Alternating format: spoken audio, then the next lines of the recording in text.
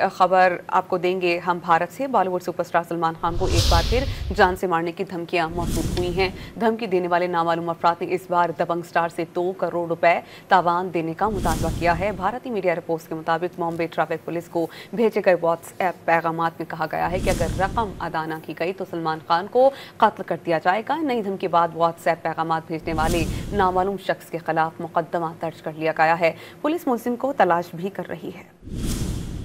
ये खबर आपको देंगे हम भारत से। बॉलीवुड सुपरस्टार सलमान खान को एक बार फिर जान से मारने की धमकियां मौसूल हुई हैं। धमकी देने वाले नामालूम अफराद ने इस बार दबंग स्टार से 2 करोड़ रुपए तावान देने का मुतालबा किया है। भारतीय मीडिया रिपोर्ट्स के मुताबिक बॉम्बे ट्रैफिक पुलिस को भेजे गए व्हाट्सएप पैगामात में कहा गया है कि अगर रकम अदा न की गई तो सलमान खान को कत्ल कर दिया जाएगा। नई धमकी के बाद व्हाट्सएप पैगामात भेजने वाले नामालूम शख्स के खिलाफ मुकदमा दर्ज कर लिया गया है। पुलिस मुलजिम को तलाश भी कर रही है।